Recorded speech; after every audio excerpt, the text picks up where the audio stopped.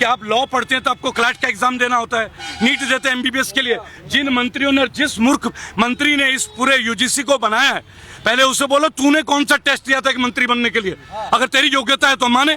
देखिए, योग्यता के ऊपर, योग्यता कभी भी आरक्षण के ऊपर निर्भर नहीं करती। इस बात को आपको स्वीकार करना पड़ेगा आज नहीं तो कल। अमेरिका योग्यता के आधार पे हुआ है, चाइना योग्यता के आधार पे हुआ है। अगर हमें भी डेवलप करना है तो हम डेवलपिंग नेशन की बात करें। और हाँ, छात्रों को और देश की जनता को ना धर्म में बांटिए, ना जातियों में बांटिए, ना मजदूरी में बांटिए।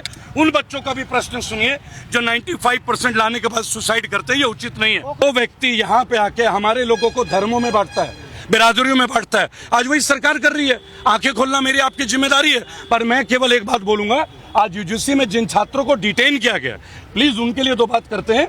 उनको इस तरीके से डिटेन मत कीजिए, उनकी मांगों को सुनिए।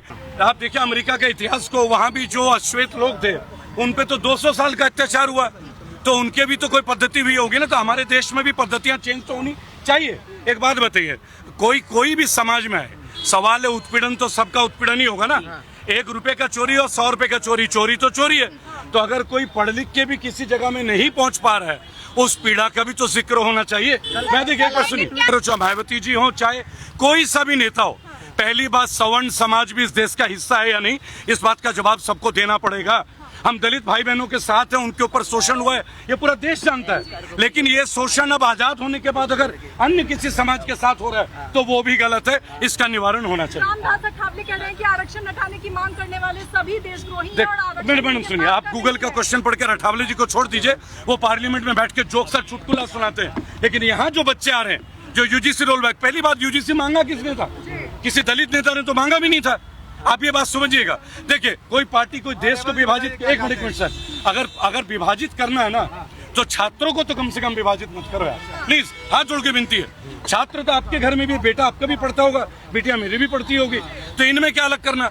मुझे लगा, आपका कहना क्या है? देखिए, मेरा एक बात कहना कि जो लोग यहाँ आते हैं अपने प्रोटेस्ट के लिए, संवैधानिक तौर पे उनका एक अधिकार है। आप उनकी बातों को सुने, अपनी कमेटी बैठाएं। और जब किसी ने आपसे कोई मांगा ही नहीं था तो आप कुबेर का खजाना देने आ गए क्या?